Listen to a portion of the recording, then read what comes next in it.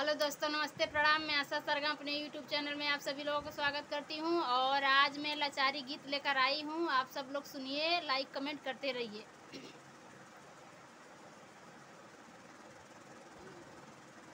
हेराई गईल मोटर की चाबी, हमार दिला देवर से राजी। हेराई गईल मोटर की चाबी, हमार दिला देवर से राजी।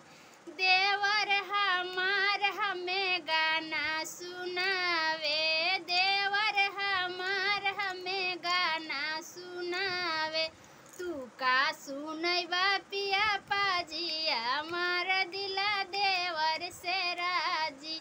तू का सुनैबा पिया पाजी, हमार दिला देवर से राजी। हेराई गईल मोटर की चाबी, हमार दिला देवर से राजी। हेराई गईल मोटर की चाबी, हमार दिला देवर से राजी। देवर हमार हमें हरवा दिलावे, देवर हमार हमें हरवा दिलावे। तू का दिलैबा पिया पाजी, हमार दिला देवर से राजी। तू का दिलैबा पिया पाजी, हमार दिला देवर से राजी।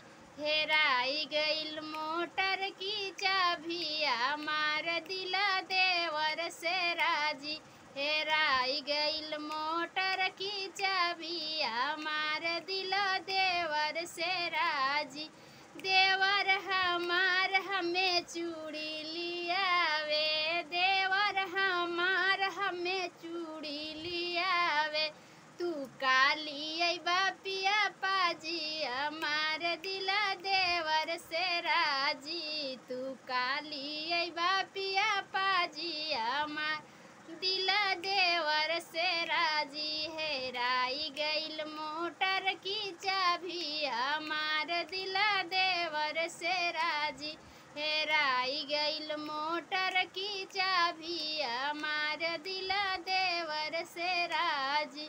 देवर हमार हमें चुनरी लियावे, देवर हमार हमें चुनरी लियावे। तू का लियैबा सैया पाजी, हमार दिला देवर से राजी। तू का लियैबा सैया पाजी, हमार दिला देवर से राजी। हेराई गईल मोटर की चाबी, हमार दिला देवर से राजी। हेराई गईल मोटर की चाबी, हमार दिला देवर से राजी।